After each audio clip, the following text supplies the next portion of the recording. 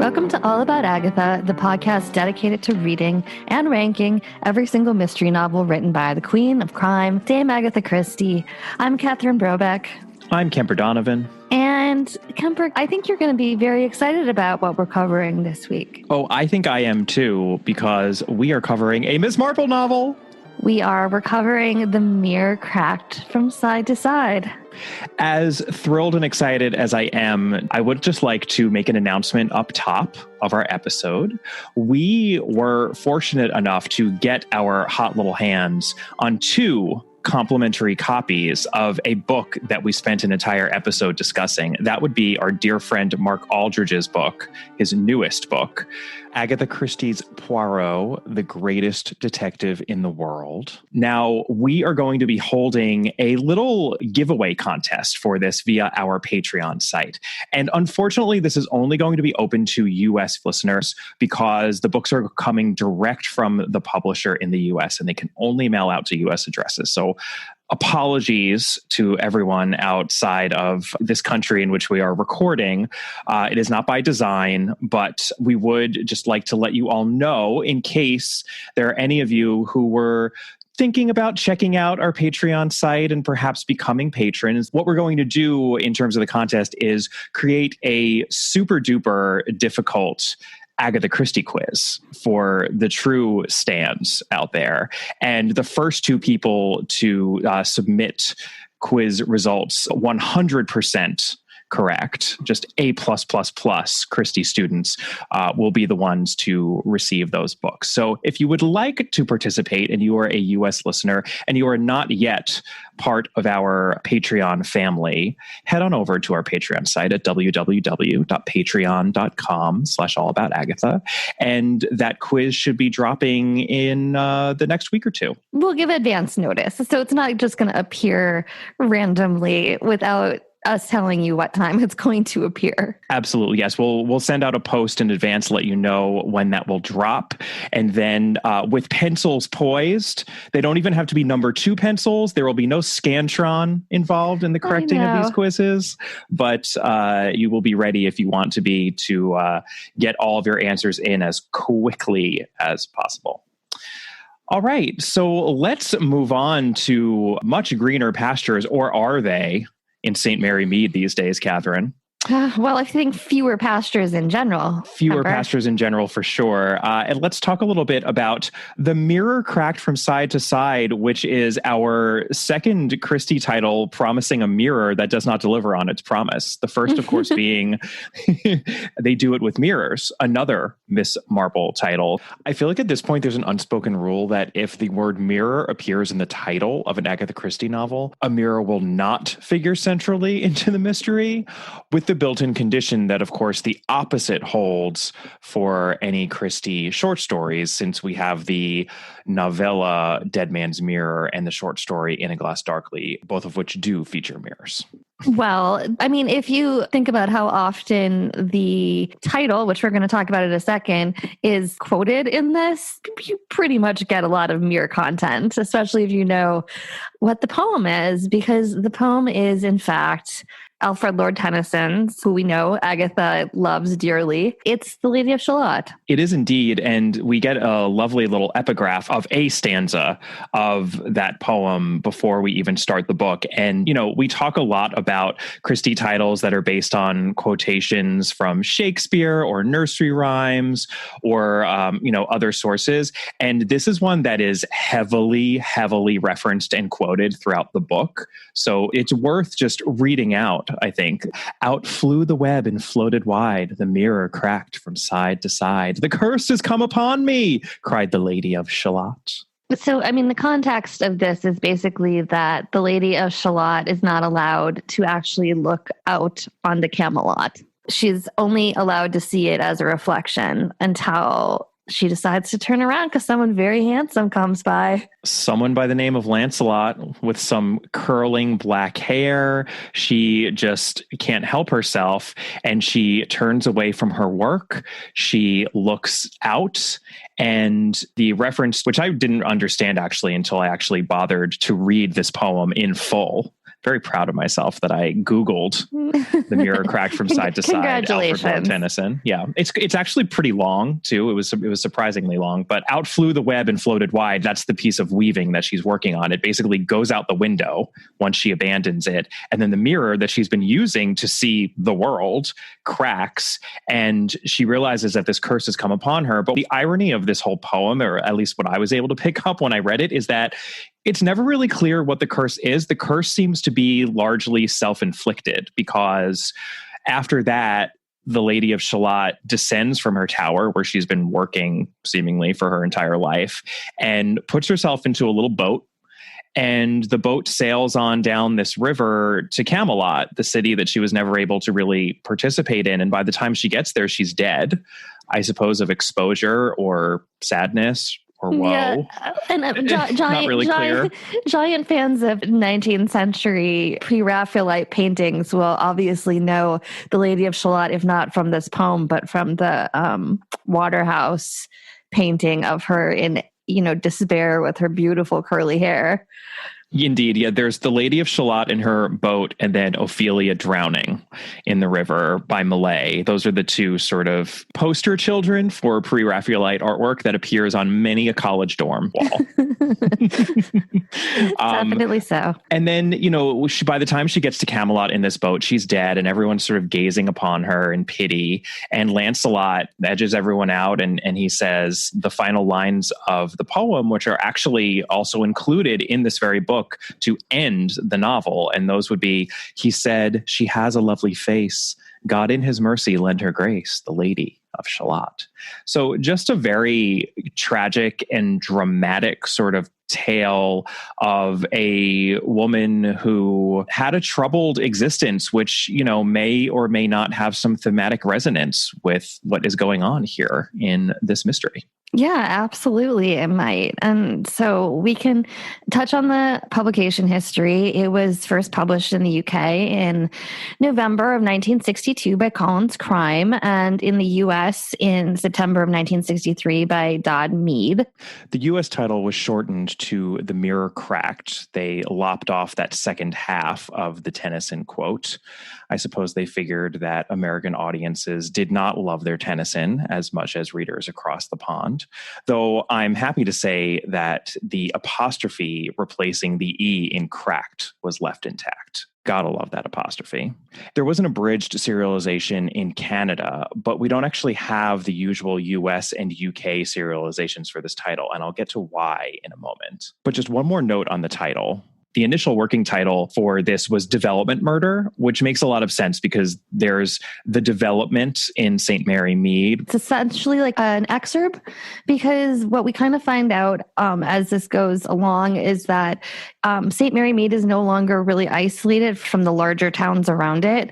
It is now essentially an extension because the development, and it's called the development capitalized throughout the book, it's impinging now on Little St. Mary Mead. It's become part of it. There are no longer the meadows, there are no longer the farms. Instead, you have sprawl, which you see a lot, obviously, in post-war development in both the UK and in the United States. Yeah, that post-war boom has finally come to Little St. Mary Mead. It's no longer this isolated, idyllic English country village. In the earlier Miss Marples, Much Benham was a few miles away, and you had to go there in Inch, which is referenced a lot in this book as well. Inch is still around, the taxi service in St. Mary Mead, but those boundaries are blurring now because of the development, and the world is encroaching on St. Mary Mead. So it makes a lot of sense that was the initial working title for the book. We'll be talking a lot more about that theme, which is a very predominant one in the book. And then there is actually a specific reason for why there isn't an American or British serialization for this title. And it's something that Christie usually did, quite frankly, because she made a lot of money off of those serializations from early on in her career.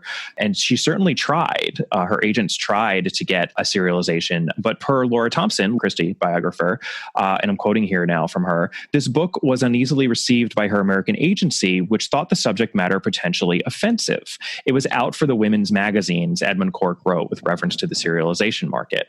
And we'll get into exactly why. I think if you're listening to this episode, you probably know exactly why. This was a potentially distasteful topic. It's pretty clear when you read it why that might be. Yes, and we'll talk more about that, I think, when we're on the other side of our summary, which we will get to in a moment. But before we do, I just want to highlight one more little piece of the opening pages of this book, which is the dedication. And we don't always talk about Christie's dedications, but this is a pretty famous one, or perhaps infamous, I should say, because the dedication reads, "To Margaret Rutherford in admiration." And I wrote next to that lie, because we do know that Agatha Christie did not at least admire the first of the MGM Miss Marple movies, which Margaret Rutherford had done by the time The Mirror Cracked from Side to Side came out. That would be Murder, She Said, which came out in the fall of 1961. That was, of course, the first of 4 of those movies. It was an adaptation of 450 from Paddington, and we know that Agatha hated it.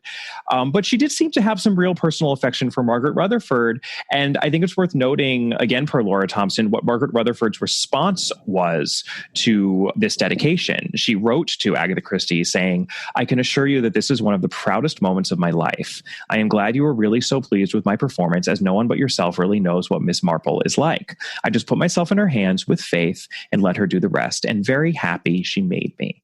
I just wanted to note the fact that there's the slight dissonance in that dedication, but also that Margaret Rutherford was quite lovely, and there is a lot to love about her, and perhaps even parts of her performance in those extremely controversial MGM movies. Right. So it's an interesting way to start an interesting book. And let's start it in earnest now, Catherine, with a little discussion of our victims. Right. So we have Heather Badcock, this young housewife.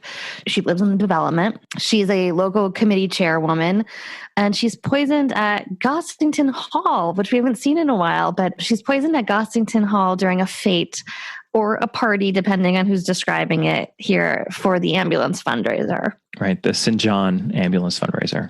And then I'm just actually going to run through our second and third victims because they happen in quick succession late in the novel. We definitely have some late breaking murders happening here in this late career Christie. So our second victim is Ella Zelinsky. She's the secretary to the film director Jason Rudd. And she dies from using an atomizer, aka a nasal inhaler, that is laced with cyanide. And apparently it really upset Catherine. Oh, I mean, as somebody who is a user of Flonase and an asthma inhaler and has been for my entire life, that's sort of terrifying to me. And then our third victim is Giuseppe, who is the Italian butler at Gossington Hall. And he is shot point blank in the back. Well, let's move on to our suspects. And as it so often is in an Agatha Christie novel, it's pretty much everyone. And there are a lot of characters. So let's run through them. First up, we have Marina Gregg, who is the American movie star who has purchased Gossington Hall. And it's a bit of a stress case, that may be putting it mildly. She's got some issues. Yes, she does. And then we have her husband, and Jason Jinx Rudd. It's a kind of running joke that either it's her 5th husband or her 4th husband. Suffice it to say, she's been married quite a few times. And so people like to make that mistake for the whole book, but he's very much a sort of famous film figure and is very much devoted to her. Next up, we have Lola Brewster, an actress who shows up at the fete. She is the ex-wife of one of Marina's past husbands. This husband having divorced Lola to marry Marina. So Lola supposedly threatened to shoot Marina at one point out of jealousy, though this all seems to be water under the bridge, or so says Lola. Right. And we have Ardwick Fenn, who's an old flame of Marina's, who she's said to have rejected cruelly, perhaps instilling a long simmering resentment in him. He's a big shot in the television and moving picture world, quote unquote. Producer or a studio, mogul, something along those lines. He seems to be sort of a money guy. Mm-hmm. And then we have Margot Bentz, who is a young photographer at the party who may have a more personal connection to at least one person in attendance. Maybe we'll find out. And we have Haley Preston, who is the personal assistant to Jason Rudd. He's a little fishy. Then we have Arthur Badcock, who is the husband of our main victim, Heather Badcock. So, you know, the husband is always a good suspect to look to in one of these mysteries. Could he be concealing something? And we have, last but certainly not least, Kemper. Last but most, Catherine. Oh my gosh. This is not really a suspect, but we do have to include her because she also is in attendance at this fete. And that would be our beloved Gardener of the Year, Dolly Bantry. Dolly obviously did not do it, but she is in attendance at this thing and in actual very close vicinity to the victim. Indeed. All right, let's get into the world as it appears to be. We open in this book for quite a while, actually. I believe the first 3 chapters very much frame this story within the world of St. Mary Mead and within Miss Marple's world as well, because Miss Marple's relation to St. Mary Mead has changed a little bit since we last saw her. You know, we already made reference to the fact that St. Mary Mead has changed with the times and Miss Marple is feeling a little bit out of touch. Although she's not really sitting around feeling sorry for herself, wishing that the times hadn't changed, she has very sensibly accepted that those changes are happening, but understandably seems a little bummed out by them. For a Marpleite such as myself, I was in heaven for these 3 chapters, but it was a bittersweet experience because it really does feel as though this is the first novel that is a quote unquote late Christie. I think the difference between The Pale Horse and The Mirror Cracked from Side to Side is immediately palpable from a reading perspective, where, you know, you just start reading and you're like, oh, this is a writer. And it's very obvious that Christie is drawing on her own feelings here as someone who is now in her 70s. Let's not forget, she was born in 1890 and we're in the 60s. So she is now elderly herself. And it's very obvious that she's drawing on her own feelings and impressions of the changing world. And, you know, we even know actually from Janet Morgan that driving around and looking at various developments near her, you know, various neighborhoods that she lived in and just sort of wondering about the people who lived in them is something that she liked to do. So this is very much, I think, close to Christie's own experience. I find the beginning of it poignant. We find out that Miss Marple has been ill and she's a little bit or a lot more housebound than normal, but it's made worse by the fact that she has an unfortunate nursemaid in one Miss Knight. And we'll just say Miss Knight is more than a little condescending. This is definitely putting it a little too strongly, but there's almost a little bit of a misery element to the relationship between Miss Knight and Miss Marple. You have a compound fracture of the tibia in both legs, and the fibula in the right leg is fractured too. I could hear the bones moving, so it's best for your legs to remain immobile. And as soon as the road's open, I'll take you to a hospital. In the meantime, you've got a lot of recovering to do. For one who has as much affection for Miss Marple as I do, I did experience that same sort of horror that you do when you're watching or reading Misery, because Miss Knight sort of has Miss Marple in her clutches and she is condescending. She treats Miss Marple as though she is less capable than she is. And the tragedy of that is that we all know Miss Marple is probably one of the most capable people on the earth in which she lives. And there's a running joke by which Miss Knight uses the royal we, and she says, oh, you know, we must, you know, we mustn't tire ourselves out now, and perhaps we want a little drink, and, you know, and it's awful. And Miss Marple keeps on responding, you might want that, but I don't. And, you know, Miss Knight's like, oh, you have your little joke. But there's a real feeling of, you know, Miss Marple being trapped here in this situation where this woman has been brought in with the best of intentions by Raymond West, by Miss Marple's nephew, to help take care of her. And the unfortunate part of this is, to some extent, that, you know, one of the things that Miss Marple legitimately is upset about is, like, she keeps dropping stitches in her knitting.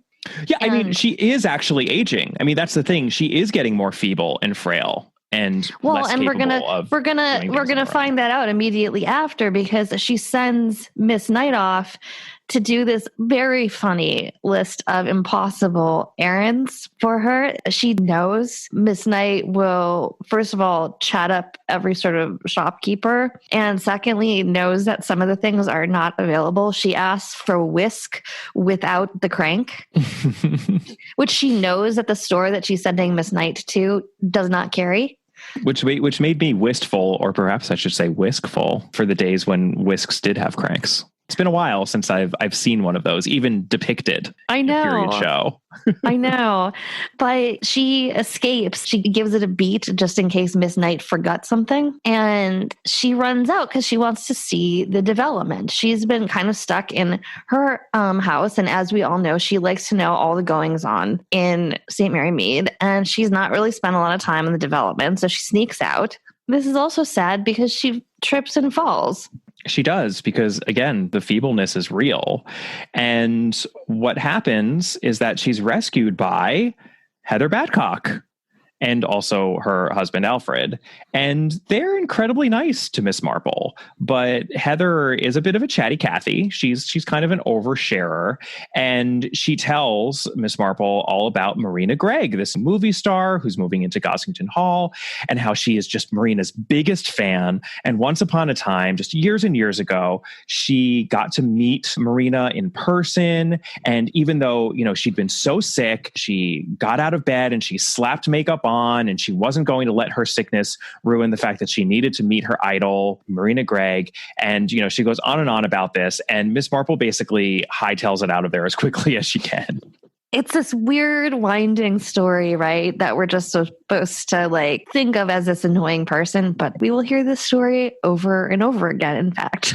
And I think, the interesting thing is that anytime a book is read, in any specific moment, it's going to be read a little bit differently, both as to a reader's life, but also the world in which the reader lives. And I think it is harder than ever to bury the significance of a story that involves someone breaking quarantine when they are sick and going to meet someone in a crowd of people. It's hard to bury the significance of that story to a reader in 2020/2021, because we know the risks there inherent in breaking quarantine. It's funny. We obviously reread this book. We know what happened. So, Sure. But at the same time, I was struck by how quickly into this book where this is going. This, I think, is the rare Christie where there's perhaps not quite enough going on. There's not enough obfuscation. And it's funny, but the only other time I can recall saying that was when we were covering another Miss Marple I already mentioned. They do it with mirrors, because that one also was potentially a bit easy to solve, even though I can never solve any of them. We'll talk more about that, because there is some rewriting that Christie actually had to do to make it a little bit more difficult to figure out. But certainly upon a reread, it is one of those books that gets very, very streamlined. I was struck by that too. Yeah, it gets a whole lot better though, doesn't it, Catherine? Because what happens next? Well, we get reintroduced to, again, our beloved Dolly Bantry, who is back in St. Mary Mead. We find out that she's, I guess, tragically a widow, although maybe not so tragically for Dolly, because she seems to be living it up. Indeed. Yes. She's traveling the world, visiting her 4 children, her 9 grandchildren. There is this real delight to her that she gets to visit these foreign countries. I was upset when I heard that Colonel Bantry had passed away, but she seems to at least be burying that sadness, or to have moved on at this point in her, in her also sensible English sort of a way. She brings, I think, that no nonsense spirit to what's happened at Gossington Hall as well. Right, because she sold it. Mm-hmm. And not only did she sell it, but she retained a small cottage, the East Lodge on the property. Might seem like she'd be sad that she sold the house. Instead, she seems completely delighted because she doesn't have to worry about the giant house. She doesn't even care when she goes up there because she is invited back there for this intimate tea before, the arrangements are sorted for this fete. And, they've done all these massive, massive renovations to the house. And she doesn't care. She seems kind of just very curious. I thought of her as the anti-Amy Folliott. That would be a key character in Dead Man's Folly. Similarly, forced to exit her substantial residence and live nearby. And I don't think she took it quite as well as Dolly Bantry did. By the way, this is the first time that I was struck by this thought, but Dolly Bantry has Ariadne Oliver energy to her. She does. Right? She serves the same purpose. And especially in these later Christies, I think you often need this character because it's not coming from either Miss Marple or Poirot at this point, who get a little crotchety. You need the somewhat wacky yet likable and also perceptive side character who we've come to know and love to inject the book with some humor. Right. The only thing that she cares about when she goes up to the big house is that people keep asking her about the body in the library. I'll read out the exchange between her and Ella Zielinski. Fast forward if you haven't read The Body in the Library, because this will spoil a major plot point. But Ella asks, wasn't there a body in the library? Which, by the way, is no longer a library because they've broken down the wall between the library and Colonel Bantry's former study and made it this grand music room. But they're sitting in it during this tea, and Ella Zielinski comes in and she's chowing down on some sandwiches. And she says, on the hearthrug right there, wasn't it? Yes, said Mrs. Bantry, that was the place. So there was a murder. Mrs. Bantry shook her head. The murder didn't take place here. The girl who had been killed was brought here and planted in this room. She had nothing to do with us. And then she also goes on to describe that fabulous opening scene from that book. I loved the callback. You know, we get lots of great callbacks to previous Miss Marples because when Miss Marple is going on her little field trip to the development, she also reminisces about the Protheros from Murder at the Vicarage, about Griselda and her son, who's now in 2 Trains, which is something that was brought up in 450 from Paddington. We're going to get a Sir Henry Clithering and the Tuesday Club Murders reference later on. It's just there's a lot of good continuity in this book as to Miss Marple. Terrific continuity, actually. So later, when the fate is actually happening, Dolly, of course, attends, and she's invited to this exclusive little reception that happens on this upstairs landing, which has also, of course, been renovated from when Dolly lived there. And it used to just be a regular second-story landing, but they've torn down walls and hollowed out this sort of grand reception space where all these people are able to mill about. And as, you know, people come up the staircase, Marina Gregg and Jason Rudd are standing there to greet them, and it's all very glamorous and exciting. And Dolly is standing there, and she sees Marina Gregg speaking to Heather Badcock, who is involved in the St. John ambulance, which is why she gets invited to this little exclusive gathering. And of course, Heather is extremely excited because, oh my God, she's meeting her idol, Marina Gregg. And she then starts telling her that story that we've already heard and chattering away to Marina about that one time that she was sick and she met Marina. And shortly thereafter, we are told that Heather's drink is spilled somehow, and Marina hands Heather her own drink, which is a daiquiri. It's her favorite drink. And she says that she hasn't touched it, so Heather should just drink that one. And Heather takes it and drinks it and promptly dies about 2 seconds later. There's a big commotion at the fete. Cut to the next day. Miss Knight, being as irritating as she is, doesn't tell Miss Marple about a call from Dolly. That's a Kathy Bates move. It's a minor one, but it's a Kathy. It's controlling. It's controlling. Super controlling. And our dear Jane is not happy about that. The Dark Marple. Dark Marple. You do not mess with Dark Marple. So Miss Marple very rightly realizes that Dolly is probably right on her way over. And sure enough, who shows up several minutes later is Dolly Bantry. She tells Miss Marple what happened at the fete. She doesn't know that it's a murder, but she thinks it's a murder. And Dolly thought something was wrong before the murder happened. Because when Heather Badcock was talking to Marina had this haunted look on her face. She said that she looked like the Lady of Shalott. Doom had come upon her. You know, the curse had come upon her. And so she's... Dolly says the doom has come upon me. She misquotes, but that's because the look is a look of doom. But something changed, and she had this look of doom all of a sudden, but she can't figure out what that was. Right. The only thing that Dolly could see from where she was standing was that it appeared that Marina's eye line was looking at the wall, where the only thing that was on the wall that she could figure was, a painting of Madonna and Child. I think we should know that there's considerable doubt thrown on exactly what Marina was staring at over the course of the book, because obviously, everyone makes the same leap after this sequence of events in which Heather Badcock is murdered, which is, well, she drank Marina's drink, so obviously Marina was the intended victim. Right. And also, who would want to murder Heather Badcock? She didn't have any money. No one really cared about her. She was kind of a bore.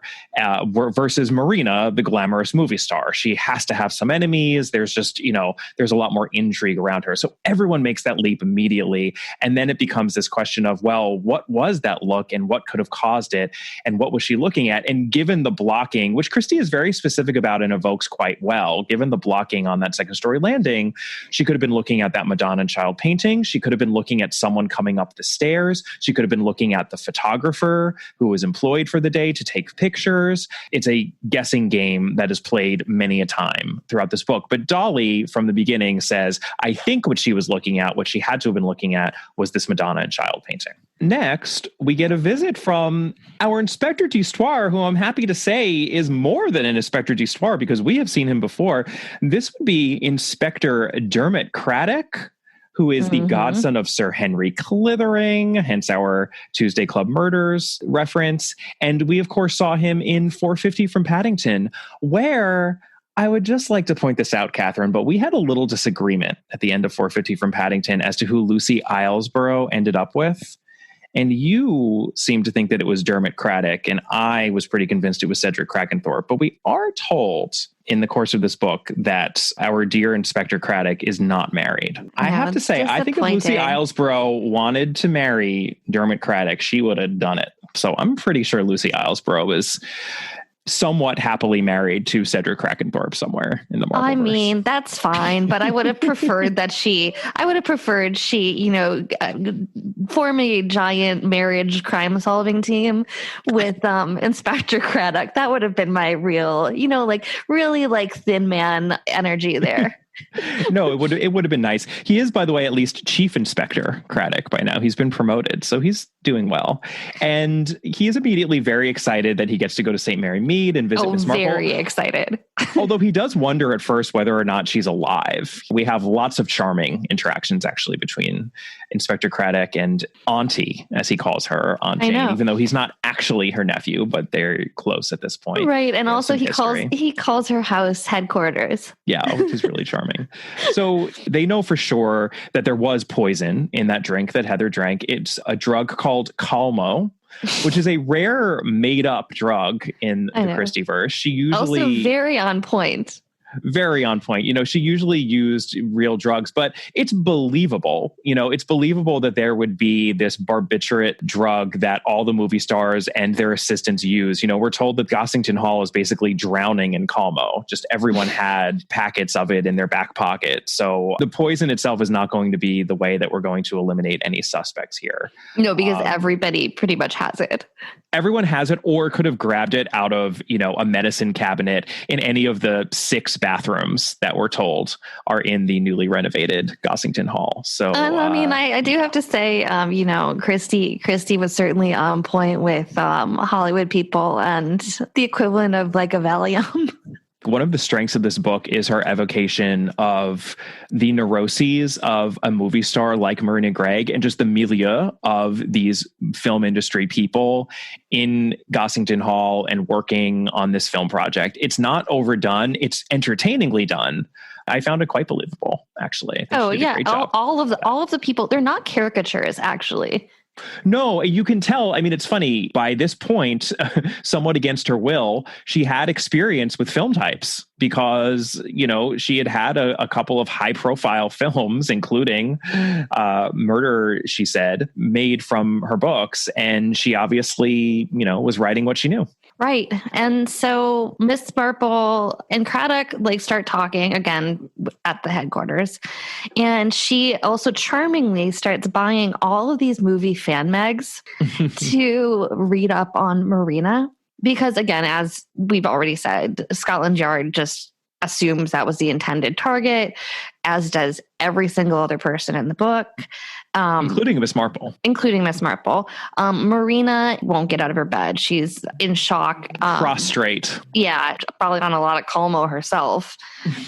We find out that Marina has 4 children. 3 had been adopted.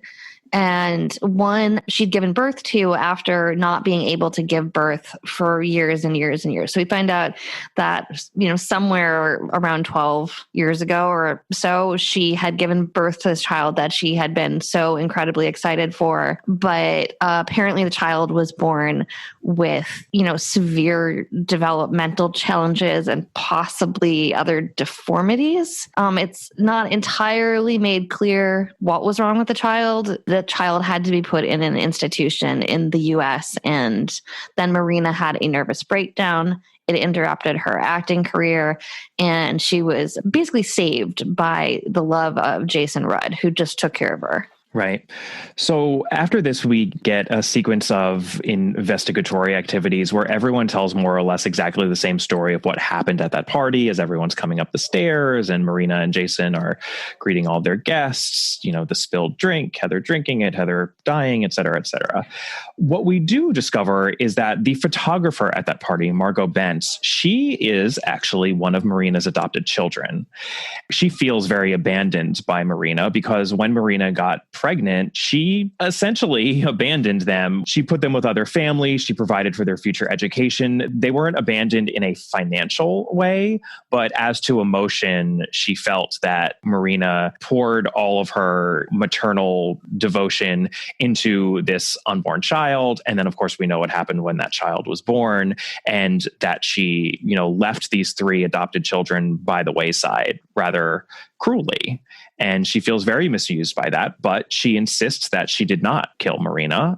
She just wanted to see her. That's why she took the job. She is actually a photographer. She wasn't impersonating a photographer or anything. And that there's nothing more than that. Right. And that the other 2 adopted children are in the United States. Yeah, spoiler, but neither of those 2 adopted children is going to pop up at the end. We'll talk about this in a bit, but it goes back to the sort of weird adoption thing that we talked about before. Yes, this figures very much into Agatha Christie's weird relationship with and opinions on adoption, which we will talk about when we get to Stuck in Its Time. We learn through Dolly Bantry, actually, that Ella Zielinski, the secretary, is making phone calls in a public telephone box. Mm-hmm. And Dolly finds that suspicious because why wouldn't Ella just use the phone in her office in Gossington Hall? And Ella lies and says, the phones are down. But Dolly calls to Gossington Hall and they're like, hello, Gossington Hall. And so that was a dumb lie. So she knows that something is going on with Ella. And very soon after this, and we see this happening, actually, we're with Ella as this happens. It's definitely a visceral murder scene, especially for Christie. She uses an atomizer for allergies. She seems to have hay fever and she's sneezing a lot. And she realizes too late that there's a smell of bitter almonds in the atomizer, and she has unfortunately inhaled a whole bunch of cyanide and she dies. Yeah. And then Marina's Italian butler, Giuseppe, also dies, shot twice. And we see that happen too, which is, again, very odd in a Christie. Not that she hasn't done it before. She's done it a number of times before, but it adds to the interesting tonal quality of this book, which is a little uneven. We're actually very close to the end of the book at this point, and we've had 3 murders by 3 different methods, none of which seem to have an obvious reason. And somewhere in the middle of this, Marina gets threatening messages saying she's going to die. And then she almost drinks a cup of coffee that's later analyzed. It's found to contain arsenic. So what's going on here, Kemper? All right, let's talk about the world as it actually is by way of a bunch of clues. In this book, again, this goes to the rather, I think, simplistic puzzle mystery that Christie created here. Most of these clues are up front. So it really is possible to solve this thing very early on.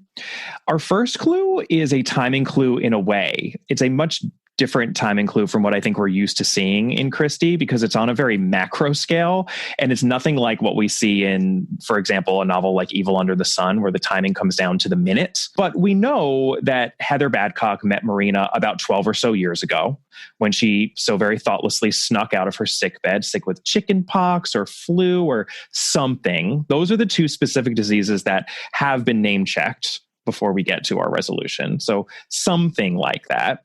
And we find out that Marina had her child, who was born with all those developmental issues, about 11 or 12 years ago. So our deduction here is, given that they happened around the same time, could these two incidents be related? And I think we have two supplemental clues to back this up. Yeah, clue number 2, the Missy Elliott clue. Is it worth it? Let me work it. I put my thing down, flip it and reverse it. Flip it and reverse it. Flip Kemper. and reverse it. We're told that Marina probably or likely wasn't listening to Heather Badcock's babble as she went on and on and on with her story of getting out of her sickbed and putting on all that makeup and meeting Marina all these years ago. But what if we flip and reverse that assumption? What if Heather Badcock was saying is not just the key to solving the mystery, the fact that Marina was listening to it absolutely intently is in fact the key? Things are so often not what they seem in Christie. Can't make any assumptions. All right. And then clue number 3, we talked a little bit about this, is Dolly's assertion that Marina was looking at the Madonna and Child picture when she got that frozen look on her face, the Lady of Shalott look. And we've known Dolly for a while now. So our deduction here should be, even though Dolly is a little wacky, a little bit of an Ariadne Oliver, she probably really was looking at that painting. And we should think very carefully about why looking at a mother and child tableau would upset Marina so much. And we're told specifically that it's a laughing Madonna and Child too. This is a, a mother and child in the throes of joy together. Yeah. So that's interesting. And if you don't mind, Catherine, I'd love to just move right on into clue number 4, which involves a little bit of research. You know how I love some research. This clue goes to the heart of the controversy surrounding this book, because what do we know about contagious diseases that may cause the sort of developmental issues that Marina's child had? Well, measles. This may count as specialized knowledge, but the irony here is that it's really not specialized knowledge, because way too many readers were actually all too familiar with what was going on here due to 2 high-profile cases that had happened in real life. And this is what I think a lot of people think about when the mirror cracked from side to side is referenced.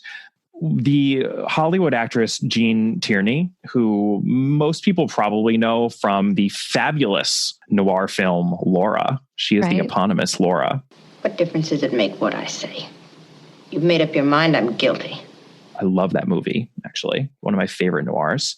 She was a very successful Hollywood actress who in 1943 gave birth to a daughter named Daria, who was born premature, weighing only a little more than 3 pounds and who required a total blood transfusion. Daria was deaf, partially blind with cataracts, and had a lot of other developmental challenges. And the reason that this happened is that Tierney had contracted German measles or rubella early in her pregnancy. And back then, before the German measles vaccine existed, as it of course does now, doctors advised pregnant women to avoid crowds in their first trimester for that very reason. But when Tierney was pregnant, it was wartime. And she actually appeared at the Hollywood Canteen, which was a very famous converted barn where movie stars and other celebrities performed for military service personnel while they were on leave, sort of a USO kind of a thing. And apparently on the night in question, Jean Tierney signed autographs, she mingled with the crowd, and she shook hands with people. And then days later, she came down with German measles. And months after that, Daria was born extremely premature. She eventually had to be institutionalized. Interestingly, Howard Hughes is said to have paid for all of her medical bills, apparently for the rest of her life. And Daria actually did not pass away until 2010 at the age of 66. I believe she was institutionalized for her entire life. But 2 years after the ordeal of this birth, Jean Tierney was at a tennis party, and a fellow partygoer in the women's branch of the Marines came up to her and said that they had met at the Hollywood Canteen. And then she just asked her outright, "Did you get German measles?" And of course, Jean Tierney said, "Yes, I did get German measles." And the woman admitted that she had had German measles herself, but she had broken quarantine to see Tierney because she was such a fan. And according to this blog, where I'm getting a lot of this very specific information, it's called Lisa's History Room. I just want to give it a little shout out. It's Elisa Waller Rogers, spelled as you would imagine, .com. But according to this blog, I'm quoting now from Lisa, Jean was dumbstruck. That woman had given her the measles. She was the sole cause of Daria's disabilities. Jean said nothing. She just turned and walked away. So obviously the confrontation in real life with Jean Tierney did not end as dramatically as it did in Christie's version. But, the other thing that I'll note about Jean Tierney is that she had significant mental health struggles throughout her life, which is another similarity between her and Marina Gregg. At one point she stepped onto a ledge 14 stories above the ground in her mother's New York City apartment. This was actually years and years after the ordeal of her daughter's birth. She was a manic depressive. She herself was institutionalized for a time. Apparently she received enough electroshock therapy to impair her memory. So there's that. Now we can see why this perhaps wasn't something that the women's magazines were super eager to serialize. The only other thing I just want to note, because everyone mentions Jean Tierney, and I'm getting this from Janet Morgan, actually, there is actually another real life version of these events that Christie potentially could have known about, or just it could have been in the back of her head. And that was involving the Dutch royal family. Apparently, Princess Christina of the Netherlands, who's the youngest of Queen Juliana's 4 daughters, was born nearly blind in 1947 as a result of her mother contracting rubella while she was pregnant. And then I'm getting this off of Wikipedia, but with medical treatment and custom eyeglasses, her vision improved to a point that she could attend school and live a relatively normal life. That apparently was very much publicized in Britain. So that was something that Christie may have heard about. Maybe she heard about Jean Tierney. She herself, because this became a point of contention, a lot of especially American readers wrote in quite angrily about this and said, this feels like you're ripping off Jean Tierney's tragedy, and why would you do this? This was not a mystery I enjoyed because of that. She claimed that she had no knowledge of the Jean Tierney tragedy. Well, a lot of women listening to this will know this. When I was about to turn 30, I had gone to a checkup, and the doctor was like a little bit patronizing and was asking me about my, let's say, romantic life. She essentially insisted that I get an MMR booster shot because I was about to turn 30. The assumption was, that easily I could just decide randomly to get pregnant or get pregnant accidentally or whatnot. Mm-hmm. And she was insistent that she did it to all of her patients in that age range, that you had to get sort of revaccinated for measles, mumps, and rubella because you don't want this to happen. To this day, it's certainly a very real thing that you're warned about if you're planning on getting pregnant, certainly. And even if you aren't, apparently. Well, and do you know the name of the eye doctor in Australia who discovered that rubella in a pregnant woman could cause birth defects in her child was? Could you take a guess as to what his last name might have been? Gregg. With 2 G's, Dr. Norman Gregg. Although, interestingly, a few years before she was writing this novel, she wrote an original play, The Unexpected Guest, which we will be covering on our next Patreon episode, www.patreon.com/allaboutagatha. And when that play was produced on the West End, the director's name was Hubert Gregg, with 2 G's. So perhaps the name was actually inspired by this director who she knew. Perhaps it was inspired by this doctor who contributed to our knowledge of rubella as an infectious disease. Or perhaps she became aware of the coincidence of these 2 names while she was writing and couldn't resist immortalizing the name in this very novel. I actually don't see a reason to not believe Christie that she believed she hadn't heard of either of these events, or at least of the Jean Tierney one, because that seems to be the one that she was asked about a lot more, because it was the more tragic one also. And I think it's the one that people took offense to more than, the Dutch royal family. I would tend to think that it's something that was just in the ether, and that as she was thinking on, murder mystery plots and she landed on this, perhaps it contributed in an indirect way, even though I do highly doubt that she sat down and thought, ooh, I know, I'm going to take this tragic story of Jean Tierney's and make a murder mystery out of it. I don't think she did that. And I actually believe her that she didn't do that. But do I think that there could could have been some osmosis there that happens, even just like culturally. Sure. Like I find it hard to believe that it didn't. You know? Yeah. I mean, you pick stuff up. Like you could have been walking past a newsstand and seen like a fan magazine headline. I think that happens a lot, that it's not necessarily conscious, but you do pick up things around you. And, it's also why sometimes there are like accusations of like plagiarism, etc. And it's not intentional. Right. We want memory to be a recording device. Like we want, human memory to function in the same way that a recording device does. And it just doesn't. There's actually, to plug a podcast that doesn't need any plugging, Malcolm Gladwell, his revisionist history podcast, he has an entire episode that I believe is entitled Free Brian Williams.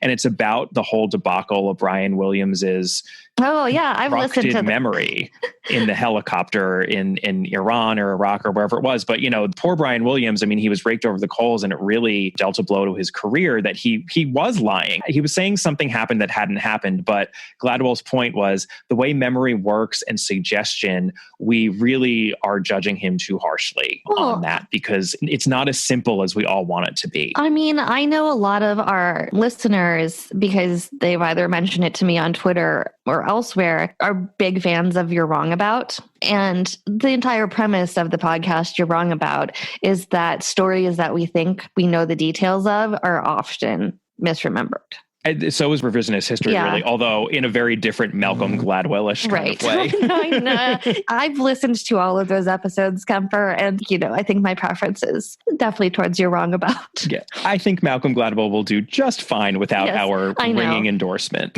I know. So once we know that, which again, a lot of people knew, and now I don't have to be so cryptic about the issues that early readers had with Christie's first draft. When Christie submitted her first draft to publishers, I believe she had Heather Badcock referencing the fact that she had German measles in that initial story that she tells to Miss Marple. And the readers at the publisher and her US agents were like, not only did I know who did it, but I knew who did it before the murder happened. Like the one woman reading it was like, well, clearly this woman ruined someone's life by the fact that she, had rubella, and I'm guessing the movie star was pregnant, and there we go. It was just too easy to solve. So she had to hide the German measles reference until later on in the novel. And Christie was actually very uncomfortable with doing that. And she wrote to Edmund Cork that she didn't think it was quite playing fair, but she had to, because otherwise it was just too easy to solve. Well, I mean, it's already because she mentions the point that she had to put pancake makeup on to leave the house. So that whatever she had was affecting, it's not just that you were pale, it's that something else was going on. So the assumption is you had some kind of pox. Basically. Something that involved spotting of the face or marring of the face. Yeah. And that's probably her way of playing fair, actually, because I don't think she was comfortable with not giving any sort of a clue as to German measles specifically, but she couldn't say it because once she did, due to these real life cases, it would just became too obvious. It was very rare for Christie to submit a manuscript and be told, this isn't hard enough, this isn't clever enough to solve. So I think that's really interesting. She also very easily could have had Miss Marple attend this fete or party herself. I mean, it's happening at Gossington Hall, but Miss Marple doesn't attend. And that sort of ties in with the fact that Miss Marple's a little bit more homebound, and less active than she used to be. But it's also very convenient because it allows for all of the recountings of what happened and what was said at the party to be secondhand and third hand, and I think in some cases even fourth hand. That way, there's discrepancies. We find out that Jason Rudd specifically lied and said that, she said she had the flu. And Dolly Bantry misremembered and she said chickenpox. But it really was German measles. If Miss Marple had been there, she would have heard what she said and she would have solved it immediately. So that also, I think, is her way of creating enough obfuscation for purposes of a novel-length mystery. That is obviously the crucial clue. And we don't have to spend too much time on this, but I think just to give the novel its due, there are 3 supplemental clues that also really seal the deal for Marina as murderer. One of them I really appreciated because it's a close reading clue, which we haven't gotten in a while. And I think some of Christie's best clues are close reading clues. And that one I'll call the danger of using pronouns with unclear antecedents. I sound like a grammar teacher. But there's this seemingly random sequence thrown into the book between this woman Gladys, who is a server at the Fate, and then Cherry Baker, who we haven't even mentioned yet. We'll talk about her a little bit, I think, in the rankings, but she's really tangential to the mystery plot, which is why we haven't mentioned her. But she's a sort of cleaner who is working at Miss Marple's house, and she is speaking with Gladys in this scene. And Gladys says that she saw Heather and Marina interacting at the Fate and talking, as so many people did. And then she goes on to tell Cherry about when she saw Heather's drink get spilled. Gladys says, "I'm almost sure she did it on purpose." And Cherry's like, "Oh, that does seem weird." And, as readers, we're meant to assume she means Heather. Like, why would Heather spill her own drink on purpose? That definitely seems to be what Gladys is intimating there. But the deduction is not to assume anything in Christie. The she who Gladys is referring to is Marina, not Heather. Right. So Gladys saw Marina spill Heather's drink on purpose. And Miss Marple realizes this, which is why she whisks Gladys away to Bournemouth, lest she become murder victim number 4. Always resourceful, our Miss Marple, even in these latter days. So I appreciated that extra little clue. Yeah. And I mean, related to that, obviously, is the access, because who clearly had access to the poisoned drink? It was the person who poisoned it. The person whose drink it was. I mean, Right. The person who was holding the drink most of the time before it killed someone. And the simplicity of that is pretty brilliant. All Marina had to do was dump a bunch of Calmo. We know she's got it coming out of her ears, basically. She had to dump that into her cocktail, shove Heather, thereby spilling Heather's drink, which Gladys saw, and then offer her own drink to Heather. It's actually very simple. And, for our final clue, Catherine, I hope you don't think that I was going to neglect to highlight the fact. Kemper, it's hard to get past this one, too. It's hard to get past this one. We've been doing this podcast for a while, and I'm not sure which clue actually we've gotten more, if it's Never Underestimate the Help or this one. But in a novel with its fair share of actors, we certainly have many of them here among this Hollywood milieu. Who is the actoriest of all these actors? Intruder alert! Intruder alert! Intruder alert! Intruder alert! That would, of course, be the movie star. That would, of course, be Marina Gregg. She is a big old actor. She totally did it. Come on, the actor did it. And that's also why she overdid it, as an American actress would, with all those fake threatening messages, which, of course, she wrote to herself, and the arsenic, which she put in her coffee. Oh, actors. To our actor friends, we love you. Really, we don't think you're all murderers. Keep in mind, we're doing this podcast from LA. yeah, and we certainly have our share of actor friends. So we don't think you're all murderers. We promise. Well, we've pretty much solved all of this by way of clues, but we have a little bit more to go. And honestly, all the other loose ends that we have to tie up here, I find extremely unfortunate. And I think they make this a weaker book than it would be without them. I wish we could just end things on, okay, now we know why Heather was killed. We're good to go. But what else do we need to tie up here, Catherine? Well, Ella and Giuseppe were essentially both blackmailers. Ella kind of was just blindly calling people to try to figure it out until she landed on the right person, basically. Right. It's like she called up everyone who was at the party until she finally got the right person, and then she promptly got murdered. And she was also sneezing, by the way, because of her allergies, so that people were like, Ella, is that you? Right. Maybe don't do that. She's drawn to be pretty clever, and yet, boy, it's not like she's exactly playing investigator. She's literally just going to a public phone box and saying, I know you did it. What? It's absurd. I don't understand why we need her to be doing that and killed, other than perhaps to pad things out a little bit. Yeah. And Giuseppe actually was blackmailing Marina. He knew. He was a little bit more of a targeted blackmailer, and she eventually shot him. Yeah. Then, okay, we have to talk about this, unfortunately. Oh boy, Catherine. There's a reveal very, very late, like literally the last chapter, I think, of the book, that Alfred Babcock, Heather's husband, was Marina's first husband. Yeah, Marina's multiple marriages do get referenced early on in the novel, and we're told that her first marriage was to a nobody and it barely counted. So throwaway reference, I suppose. Beware the throwaway reference in a Christie, but it's so pointless because Miss Marple mentions the fact that Alfred and Marina were married as to why it's so important to get to the bottom of things and clear Alfred's name.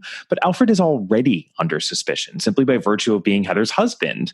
Plus, Christie could have easily just gone to the well of how important it is to clear away the cloud of guilt for everyone here who's been suspected of murder. Not just Alfred, but Lola Brewster, Margot Bence, Ardwick Fenn, etc. So it's not like she needed Alfred to be Marina's first husband to motivate Miss Marple to solve this thing. And it just defies belief that the woman who played such a horrible role in the life of Marina Gregg happened to also marry Marina Gregg's first husband. And he never said anything about it during the course of the investigation. There's just no reason whatsoever for it. It's a total coincidence. It's impossible to believe. And John Kern actually makes some funny parallels to other Christies. I'll only highlight one of them, which is 450 from Paddington. So if you haven't yet read that book, fast forward a little bit. But we had that weird beat in 450 from Paddington where the young son's friend, he had a French mother, and the French mother happened to be the long lost French woman that everyone was wondering where she is and what happened to her. And we find out at the end, like, oh, it happens to be your friend's mom just by coincidence. And I was like, what? Really? Why? Right. Who cares? It's just needless, and it cheapens the book. Yeah, this is phenomenally bad here because given the deductions we made on another book for this same thing, it's like, why would you bring it back again? Don't bring it back again, please. For anyone who hasn't read Murder in Mesopotamia, also fast forward a little bit, but I suppose maybe did Marina Gregg not even recognize Alfred Badcock being her first husband? Possibly. It doesn't really seem like she recognized him or cared. So it's another situation of people who used to be married not recognizing each other like we had in Murder in Mesopotamia. It's just absurd. It's like, does Alfred Badcock even remember that he was married to Marina? Like that that's weirder. That's the weirder one. It's just silly and pointless. And it was not preserved in any of the adaptations, which is perhaps a seamless segue into the 3 adaptations that exist for this novel. We should mention that Marina does kill herself. And Marina kills herself. She takes a whole bunch of Calmo and she can't really live with what happened. I mean, she has killed 3 people at this point, so fair. Right. I like how it happened so late that you just forgot and we're about to gloss over it. I know, it's really true. Christie handles it well, and Miss Marple is there, and it's a very somber moment, and that's where we get those final lines of the Lady of Shalott poem, which work really well, actually. Don't touch that dial. We'll be back in a moment with the rest of our episode. We just wanted to take a moment to ask you, our dear listeners, for a favor. If you haven't already done so, we would very much appreciate it if you take a moment to, give us a rating or a review wherever you're listening to this podcast. It really helps the podcast out because ratings and reviews make it much easier for other Christie fans such as yourselves to find our podcast. And the more ratings and reviews we get, the more people we can reach. It should take you a matter of seconds, and lucky you, we're going to provide you with those seconds right now, so go to it.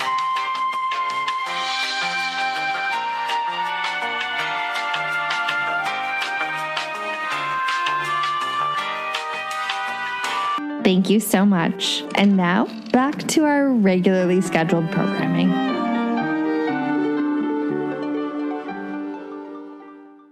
Let's just talk a little bit about the 3 adaptations that exist for this novel. And I suspect we will be doing most of our talking about the first of these adaptations, because that would be the 1980 extravaganza known as The Mirror Cracked. This was a feature film that was released in the US in December of 1980.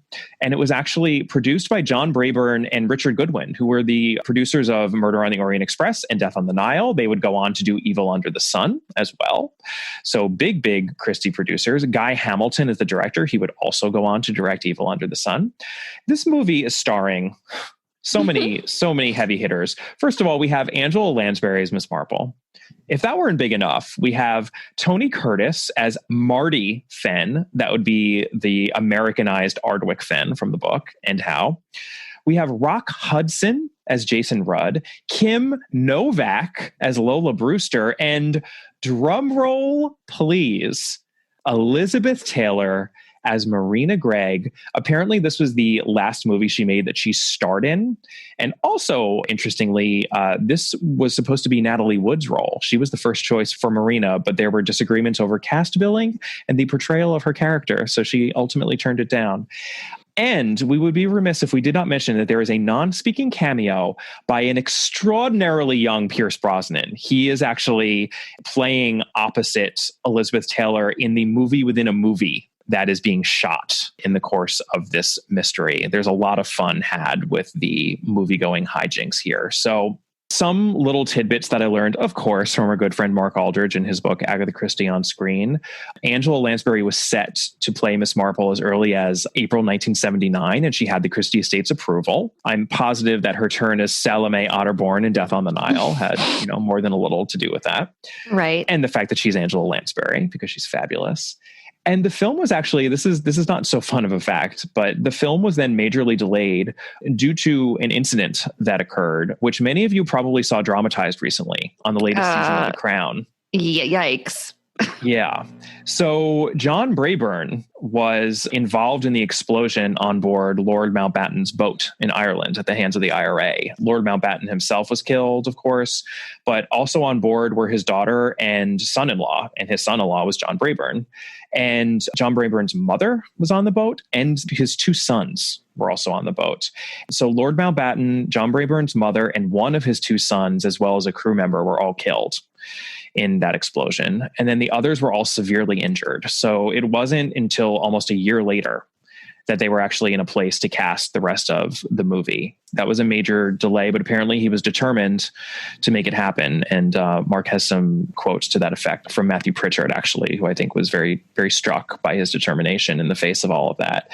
And apparently the movie was dubbed Battle of the Bitches by Sunday People. Gotta love the inherent misogyny of fetishizing woman-on-woman conflict. I would hope that it probably wouldn't have gotten that nickname these days, but you never know. I think it's actually worth reading out Mark's commentary on it because it's a reasoned analysis of this movie. This is what he says. Given the talent both behind and in front of the camera, it is difficult to pinpoint the precise reason this adaptation falls flat. It lacks flair, a difficult feat for an adaptation with such a good heritage. The lack of an exotic background means that there is little distraction for the audience from the somewhat leaden dialogue filled with well-worn jokes and cursory exposition. Perhaps there was the expectation that the star cast would be enough to elevate an unexciting script that offers much Hollywood snark, but little in the way of terribly interesting or original dialogue or narrative devices. Added to the woes is the fact that the film struggles to know what it wants to say about the period it depicts. For her original novel, Christie located the story firmly in the 1960s, since it includes Miss Marple musing on the new council estate that has been built near to the village. And in a move that may surprise critics who wrongly assume Christie to be a reactionary, Miss Marple points out that people must live somewhere and that progress is inevitable. This commentary on the dying days of old village life runs through the novel, but is dispensed within the film, which moves the action back to 1953. This change of period results in a safe, toothless, and rather dull depiction of St. Mary Mead, with the production appearing to have nothing to say about Britain at the time. I think he's right. I mean, this is as much of a star-studded cast as we got in Death on the Nile and Murder on the Orient Express, but the movie's kind of boring. Yeah, it's not very good. A bit of a drag. I think your attention gets diverted very easily. I certainly found myself checking Twitter. Yeah, I mean, what's also interesting, Angela Lansbury is completely underused because we know how in a few short years she would go on to play an amateur sleuth to delightful effect for many years, obviously in Murder, She Wrote, but she does not sing as Miss Marple. And I think part of that is actually the makeup and costuming. It's really interesting. Angela Lansbury, Tony Curtis, and Rock Hudson were all born in the same year. They're all born in 1925. So they were all around 55 at the time of this filming. Angela Lansbury looks about 30 years older than them. She's made to look 30 years older than them. She's in this terrible wig. She's got really bad makeup on. And then she's doing doing some distracting things. Like she smokes cigarettes in some scenes, and she also talks out of the side of her mouth a lot. It feels like a caricature rather than a character. Mark actually talks about this, how it doesn't have the same innate charm and bustling arrogance that the audience had seen in Ustinov's Poirot. It's not as fun. She's not allowed to have as much fun. And we know that Angela Lansbury is capable of having a ton of fun. And Mark, the last thing I will quote from him is that he made the point that this is one of those movies where it seems as if everyone on screen is having more fun than the audience. Like, I'll bet they had a lot of fun making this movie. And we do have a lot of really fun, catty dialogue between Elizabeth Taylor and Kim Novak. Looking lovely as always. Of course, there are fewer lights on than usual. In fact, any fewer, and I'd need a seeing eye dog. Oh, I shouldn't bother to buy one, dear. In that wig, you could play Lassie. Same adorable sense of humor. And I'm so glad to see you not only kept your gorgeous figure, but you've added so much to it. What are you doing here so early, dear? I thought the plastic surgery seminar was in Switzerland. So do tell, how does it feel to be back after being away so long? What are you supposed to be, a birthday cake? Too bad everybody's had a piece. Right, can we have a big smile, please, ladies? Chin up, darling. Both of them. Lola, dear, you know there are really only two things I dislike about you. Really? What are they? Your face. And it's fun to see that, but the movie just doesn't hang together.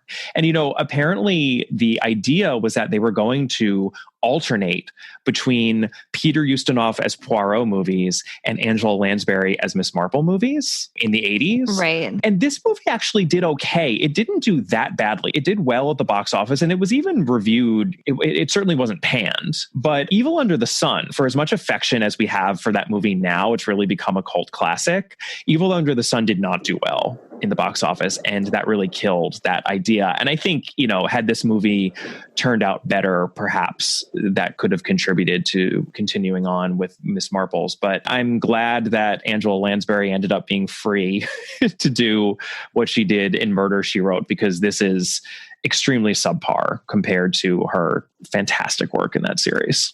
Yeah, you hate to say it given the cast, but I would not exactly go recommend that people run out and watch it. What you should do is Google Elizabeth Taylor, the mirror cracked hat, so that you can get a visual of this flower bouquet of a hat that she wears to the fete, because it is, you just have to see it to appreciate it. But you can get that in 2 dimensions. You really don't have to watch the movie for that. There was a listener who I was emailing with recently, and he was telling me some of his top 5 and bottom 5 of Christie adaptations overall. And we were discussing this movie because I had just watched it. And the one thing that he did say in this movie's favor, and it's an excellent point, is that among the 3 adaptations that exist of this book, by far, the best frozen look, which is such a key component of this story, the best frozen look is delivered by Elizabeth Taylor. Her look of doom and horror is excellent. It's excellent. It actually gave me goosebumps when I watched it. That's the other thing. No one's bad in this movie. It's just that the movie doesn't work. Elizabeth Taylor is, a great actress. She's excellent in that moment. So it has flashes of brilliance, but it just doesn't all work. And it's funny because I didn't even put together that Guy Hamilton was the same director as Evil Under the Sun. But when I was listening to the repartee between Kim Novak and Elizabeth Taylor, I was like, wow, this is exactly like what happens in Evil Under the Sun between Maggie Smith and Diana Rigg. But because there's just a lightness and a silliness and a froth to that movie, it just works. There's an effervescence to that movie where dialogue like that can really shine, whereas it just doesn't here. So it's a missed opportunity. It's a real missed opportunity. Sometimes that does happen with mega casts though too. Yeah, it's like the casting sucks the energy out of the production as a whole. The parts are so great that the sum can't possibly be greater than they are when you put them all together, and the sum actually ends up being less. That really does happen.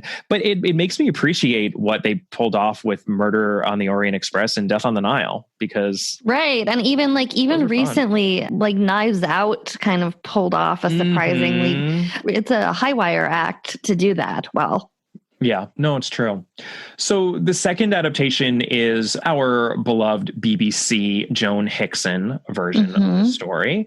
That aired on the 27th of December in 1992. It was the last episode, the very last episode of the series.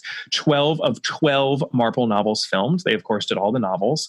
Filming on this began in early 1992 when Joan Hickson was 85 years old. And I'm getting this from Mark Aldrich once again, but they had to use cue cards, apparently, to the side of the camera because at this point, Joan Hickson was having trouble remembering her lines. And Matthew Pritchard is quoted in Mark's book as saying she never complained, though. She was a true professional. And Mark actually has this amusing memory of Matthew's that he records in his book, whereby there was this minor character, I think it was a policeman, who was messing up his lines, and he messed up 6 times in a row. And apparently, finally, Joan Hickson just lost her patience, and she said to him, "Come along, my dear, this won't do. I'm getting old, and I can't be doing with all these takes just because you can't remember your lines." I'm sure she said it extremely charmingly. That's very funny. And after the filming of this, Joan Hickson was allowed to keep Miss Marple's straw bag and hat. I love that. I mean, I love that. She wore it out all the time. Wore it to the sales. And we should also note that Margaret Courtney was the only actor who appears in the 1980 film and this one. In the 1980 version, she was Dolly Bantry. And in this one, she is Miss Knight. By the way, this is the only version that actually includes Miss Knight. Because it's the BBC, they were as faithful as they could be. So they do actually try to adapt that framing story in a way that the other two don't. But even in this version, it's much slighter than it is in the novel. Right. And then, of course, we have the ITV adaptation, too. Oh, yes, we do. This aired in May of 2010 in the 5th season of 6. This is when Julia Mackenzie was playing Miss Marple. For me, the high point of this is that Joanna Lumley is playing Dolly Bantry again. And she actually played Dolly Bantry in The Body in the Library when Geraldine McEwen was Miss Marple. So, now here she is playing opposite Julia Mackenzie. I think she's by far the best part of the adaptation. And I think she might be the only other actor to appear as the same character in more than one episode. I could be wrong about that. If anyone can think of anyone else, please contact us and let us know. But I really appreciated that she was there again, and she brings a lot of lightness and joie de vivre to the adaptation, which in general is actually pretty good. This is another case where I think the ITV adaptation compares pretty well to the other two. Hugh Bonneville is in it. He's Inspector Hewitt, who is the Inspector Craddock of the text. Jason Rudd is super young, which is a little funny. And then the character actor Lindsay Duncan plays Marina. I love her. I've loved her ever since the Frances O'Connor Mansfield Park. Yeah. She plays Lady Bertram and Mrs. Price. She plays 2 sisters who have very different fates, and she's so good in both roles. It's really not a bad version, and it's pretty faithful, actually. So let's give ITV its due. I think they did a good job on this one. Yeah, there's also adaptations on both Les Petites Meurtres, which we've mentioned before. In 2017, they did an adaptation. Yep. And a Japanese one that I could not find readily. I'd actually looked for it. I don't know if I just missed it someplace, but I wasn't able to find it either. There's a Japanese language version that was done in 2007. There are actually 2 other non-English language versions as well. There's a Bengali language version from 2003. And then even more recently than the French language version is a Korean language version, which was done in 2018. This was one of 4 Miss Marple titles to be adapted as part of a series, and I would love to get my hands on a subtitled copy if possible. We know how to get the French language version, but any of these other 3, I'd be curious to take a look. Yeah, well, we should talk about our rankings. Let's talk about our rankings. As usual, I'd like to start with John Curran in talking about plot. He considers this Christie's second to last pure whodunit. The last being a Caribbean mystery, also a Miss Marple. Since it is possible to figure out who done it, as we've discussed, it might be a little too easy to figure out who done it. So I think we can call this a classic whodunit because astute readers will be able to get to the solution without any help. For the fact that Christie had to rework it a little bit, and it's a little awkward, and definitely on a reread, a little straightforward, I don't think this is one where for plot mechanics, she gets super high marks. It doesn't feel like she's spinning a lot of plates and holding them up in the air and doing her usual magic act. Right, I agree. I mean, it reads fine. It does. John Curran also notes that this is another novel where we have the motif of one character looking at something and the object of their gaze being significant. She used that in The Mysterious Affair of Styles. And then I think most significantly in Death Comes as the End, actually. She's going to use it again, actually, in a Miss Marple very soon. And it's a nice trick. It is hard to know what the significance of looking at a Madonna and child painting really is. But it's like the significance is either that it's a mother and child, so you're looking at it because you're thinking about being a mother and having a child, or you're thinking about Jesus. Those are pretty much the only two possibilities there. They are, but I think it's clever because a Madonna and child, most people think of as a religious painting without thinking necessarily of the humanity of, this isn't like Mary Cassatt, There's a religious gloss over it that might make that a little bit difficult to glean when we're first presented with what the painting is. I think it's clever. I actually also really like that apparently when she was working on her notes for the mystery and she was actually creating the puzzle, at one point she considered that the painting would depict the death of Nelson. It's another one of these cases where it always seems as if Christie had figured things out before she started plotting, but she really made this stuff up as she went along. It just shows how fast and loose she often was playing, just like as a creative mind. And then obviously the second and third murders are terrible. They're some of the worst, I think, that we've had in any Christie. Like, she's had some bad third murders, but both the death of Ella and Giuseppe are just poorly presented and add very, very little to the puzzle mystery here. I will be honest, it took me actually a minute when I was doing notes on this. I had to go back and look at those chapters again, because it's not that I didn't know the cause in both, but it's like the mechanics of them are so poorly done. I agree with that. And if you haven't read Peril at End House, fast forward 30 seconds. But, let's also give this novel its due, though, that this is an extremely good example of the prospective victim as murderer trope. She pulled it off beautifully in Peril at End House. But for much of this novel, it really does seem as if the intended victim is Marina Gregg. And then for Marina Gregg to be the murderer as convincingly as she is impressive. She uses that trope a lot, but when she does, it's very effective. And I appreciate that sleight of hand. So let's talk about plot credibility as well before we rank both of them. For me, the plot credibility goes out the window when we learn that Mr. Badcock was Marina Gregg's first husband. It's the needlessness that bothers me so much. It's so pointless. I already mentioned that John Curran had the same problem, but you know who also had the same problem with this book? Francis Isles, the critic, aka Anthony Barclay. Anthony Barclay. This is what he wrote. That's really funny. Yeah, he made note of this in his contemporary review. Though one could accept a single coincidence concerning that married couple, the second and quite wildly improbable one tends to destroy faith in the story, still more so since it leads nowhere at all. Yep. The blocking of the murder as well. Yes, it helps, I think, that Gladys actually saw what was happening, but in actuality, it would have been pretty hard for Marina to pull off what she pulls off at this party. There are a lot of nits to pick as to credibility, and then we just get that huge goose egg at the end as to Marina's first husband. And I think to me, it adds up to one of the lower plot credibilities that we've had in a while. Yeah, it's also because the drug is made up. What is the mechanism of delivery? We don't know anything about it because it's a made up drug and it's glossed over. Is Marina just standing on the side grounding down like pills? I know. Or like opening up those little the plastic capsules that you can pull apart and then pour the... No, I spent a long time thinking about it because I was like, well, it seems very unlikely to me that this is powder. Right. It seems like it was probably a pill, like a tablet. Like a tablet, right? So does the tablet dissolve then? But that's a lot of tablets to put in a daiquiri. Well, it's a daiquiri. Like, how is that dissolve? Like, how long would it take to dissolve? Because the thing about it is that it's the other credibility thing, because the blocking of what her realization is and the blocking of how she hands the drink off makes sense, but the blocking of the mechanism of poisoning does not work. Agreed. Where I come down is that I think why all the different, how does Marina have all of these different methods of murder? That too. She gets cyanide for, she's a rich movie star, so I suppose she has slightly easier access to the stuff than a regular person. But yes, that's why those two murders are so silly too. And the other thing about it, and what I wondered, and I had to go back and reread it.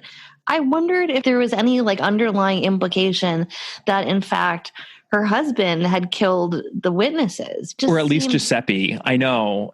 I found it hard to believe that Marina had actually shot Giuseppe 2 times in the back. Yeah, You know? at some level, it almost would have made the plot much more credible if she had killed this woman because she snapped, and her husband, who loves her dearly, covers it up. Well, perhaps that's a little conspiracy theory here. Maybe he did do that and he's the one who slipped her the calmo. You know, it was a mercy killing. We only have his word for it. The only murder in this that makes sense, despite the actual mechanics of it, is the first one. The only one that makes sense that Marina did it. And it makes sense because it's a murder of impulse. It's a murder of passion. She hears this and she's incensed. And she just immedately wants this woman to not be alive anymore. And so she does what she does. She snaps. We know that she had we know that she had a mental breakdown after the birth disaster. So like, I completely find that credible. I just don't find anything after it credible. I think when it comes to plot, the total plot score is out of 20. And I think that this plot score needs to be under 10, but I don't think it needs to be much under 10. And I tend to want to give more of the points to plot mechanics because it is a pure whodunit and it is a functional puzzle mystery and it does work perhaps a little too easily or a little too well. And I think a lot of our issues with this are properly categorized under credibility. I was coming out more like a 5 or a 6 on plot mechanics, and then something around, I think, a 3. At first I had thought a 2, but there is a lot that is working here as well. I don't think we should go too crazy on this, but you know, something that was coming in at around 8 or 9 points out of 20 feels right to me. Yeah, I agree with you. 6 for plot mechanics and 3 for plot credibility. Let's do 6 and 3. Series long characters, obviously, you know, this is mostly Dolly Bantry, but Dolly Bantry is terrific in this. It's mostly Miss Marple and Dolly Bantry, of course. Yes. Yeah. And Chief Inspector Craddock is very good and charming. Yes, I already said this, but I was shocked by how much this novel is about Miss Marple aging and her effort to combat certain aspects of aging, especially the infantilization of the elderly. There's just a lot of great Miss Marple moments here, even though many of them are painful. On the very first page, Christie writes active gardening had been forbidden her for some time now. No stooping, no digging, no planting, at most a little light pruning. And then she's forced to rely on this lazy gardener who always has an excuse for not doing anything, which is very amusing. And, you know, later in the novel, she admits that her faithful old servants, I am sorry to say, are dead. You know, she's musing on the passage of time. And there's just one longish quote I wanted to highlight because I think it's so good. And this is within those first 3 chapters again. One had to face the fact St. Mary Mead was not the place it had been. In a sense, of course, nothing was what it had been. You could blame the war, both the wars, or the younger generation, or women going out to work, or the atom bomb, or just the government. But what one really meant was the simple fact that one was growing old. Miss Marple, who was a very sensible lady, knew that quite well. It was just that, in a queer way, she felt it more in St. Mary Mead, because it had been her home for so long. It just breaks my heart. Yeah, the bulk of Miss Marple's points on this are coming from those first 3 chapters, which are like really good. Really, really good. Yeah, they're also coming from when Miss Marple casually says to Chief Inspector Craddock, I hope I shan't murder that woman someday. Talking about Miss Knight. Hello, Dark Marple. I know. I really do feel for Miss Marple when she's trapped in this situation. But, and this is where we should mention Cherry Baker, you know, she gets out of the situation because Cherry has been coming into the house essentially to clean. She noisily vacuums and sings pop songs as she's cleaning, and she badly makes the bed and does a terrible job of washing up the dishes. And well, Miss Marple had to stop using all of the good china because Cherry just, she just dumps all of it into the sink. She like fills the sink with water and dumps all the dishes into the sink. But we should also note about Cherry, because it's really interesting, is that it's sort of described of Cherry being sort of like a pretty like educated young housewife. And she's just trying to make extra money to support their family in the development. That's why she's taking in this extra work, and she's not very good at it, but Miss Marple likes her. And I found this really touching and poignant too. Cherry, however inadequate her housework, wanted to come, and she had qualities that Miss Marple at this moment deemed of supreme importance: warm-heartedness, vitality, and a deep interest in everything that was going on. Basically, Miss Marple is lonely, and she needs quality human contact. She needs engagement. Miss Knight is not only not providing it to her, but by infantilizing her is actually making her more lonely. And that's what's so awful about that situation. And, fortunately, she figures her way out of it with her usual resourcefulness, sends Miss Knight off, and Cherry Baker is going to move in the apartment over the old stables with her husband. They're going to have more room because apparently they've been driving the neighbors nuts playing music loud in their semi-detached house. And it's a match made in heaven, right? There's something so disappointing, though, about the Cherry sequences in this book because Miss Marple really is settling. It feels like settling. And I know we're not supposed to be sad about it, but she's really making the best of a not so great situation. I guess what's sad, and this goes to, I think, the setting also that Christie draws so expertly and beautifully here, is that Miss Marple used to be able to get her companionship and her human contact from other people in the village. And those people are either dead or gone. Right at the beginning, she paints the scene of St. Mary Mead, and Christie even says the old world core of it was still there. The Blue Boar was there, and the church and the vicarage, and the little nest of Queen Anne and Georgian houses, of which hers was one, Miss Marple's. And then Miss Hartnell's house was still there, and also Miss Hartnell fighting progress to the last gasp. Miss Weatherby had passed on, and her house was now inhabited by the bank manager, et cetera, et cetera, et cetera. And, and then she's talking about all of the quote unquote improvements that happened where the shops changed hand. The fishmonger was unrecognizable with new super windows. There's a supermarket that Miss Hartnell hates, and she's talking about great packets of breakfast cereal, et cetera, et cetera. And, there's just not as much of that anymore. So she needs someone who's going to come into the house and provide that companionship because, as much as we would like to pretend that she's doing fine and she could continue on as she can't because she is old. And also, one of the last interesting people left, right, is Dolly, and Dolly hasn't been there. Right. Dolly's been jetting all over the world, and she definitely has a feel of 1 foot in, 1 foot out. You get the sense that Dolly probably had been wanting to not be in St. Mary Mead for a really long time. Mm-hmm. Yeah. And when the Colonel died, she was like, yes, score. Yeah. I'm going to use this house money and the money that we had. And she was like, do travel agency? Book me on the next flight to South America. I know. Yeah. She all of a sudden gets this much more exciting life.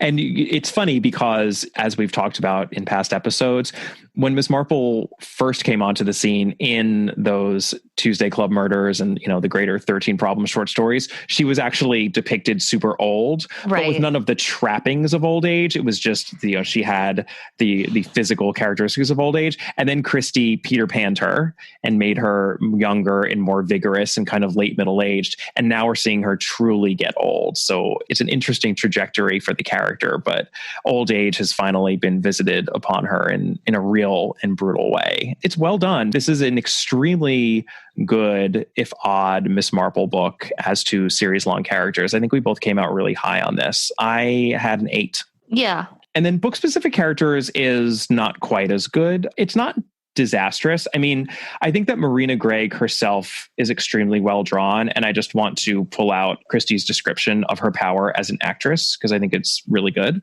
She wrote, she had brought personality to her pictures rather than mere sex. The sudden turn of her head, the opening of the deep, lovely eyes, the faint quiver of her mouth, all these were what brought to one suddenly that feeling of breathtaking loveliness that comes not from regularity of feature, but from sudden magic of the flesh that catches the onlooker unawares. She still had this quality, though it was not now so easily apparent. And Christie really made me see her, and she doesn't always do that with her physical description. No, she really does. Although I will say that as a personality, basically with Marina, we're getting descriptions of Marina more than we're getting Marina as a character.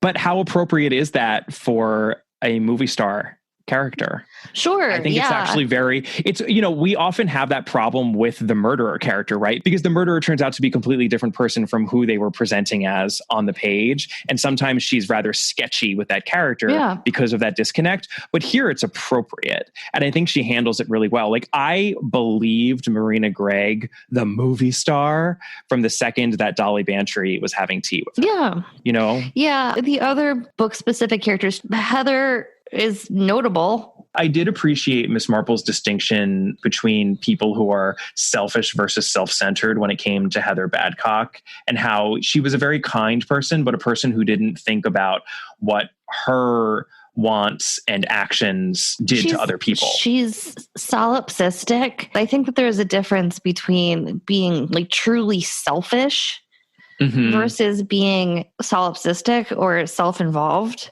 It's just complete obliviousness to anybody else. It's a myopia as to other people and her effect on other people. It's almost like a state of ignorance as opposed to any sort of malice. And I found that very believable, actually, as to her character. I don't think any of the rest of them really shine all that much. No. I think Miss Knight in her own way is actually good as well, but she's fairly insignificant. Jason Rudd actually reminded me of Richard Burton. And I swear I thought of that before I watched the 1980 movie.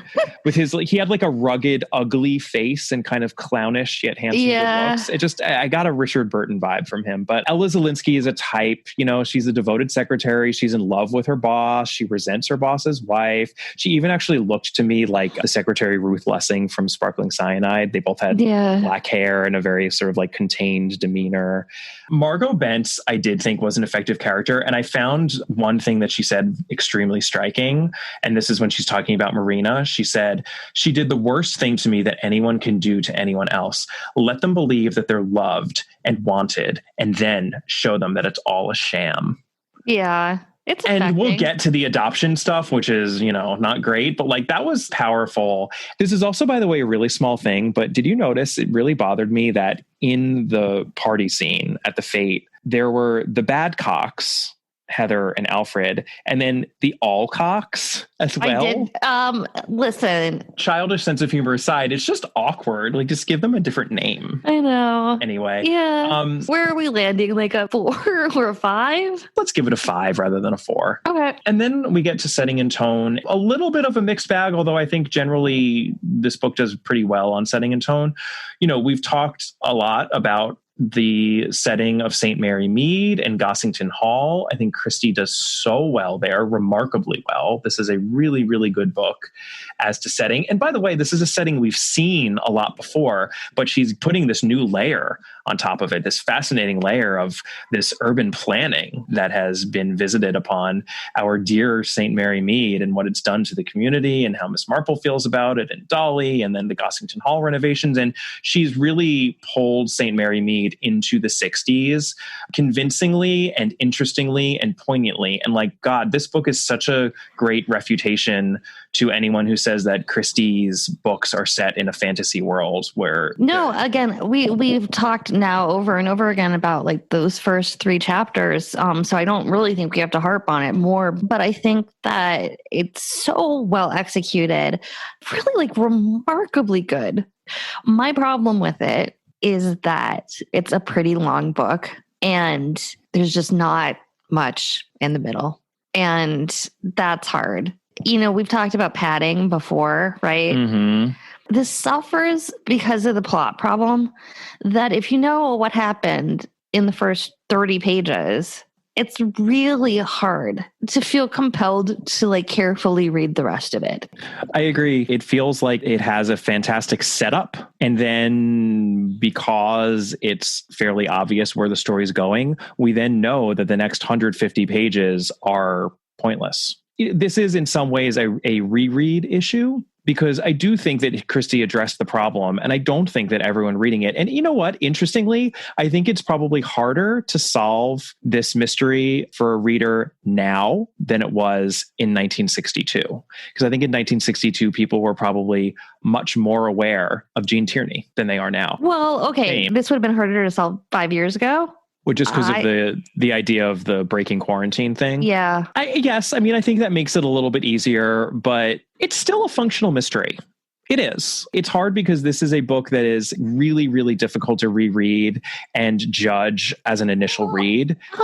Except we reread all of these books. Like we read exactly. No, and that does speak to a certain weakness, but it doesn't mean that the book isn't functioning as a puzzle mystery. I think plenty of people read this book and do not figure it out. Yeah, I imagine that to be true. Also, I imagine that a lot of 10-year-olds, 9-year-olds probably would have a harder time figuring it out. There's a specificness to what actually is happening that probably if you were an adult woman reading it, you would immediately understand what had happened. Yeah. But if you're a child, not so much.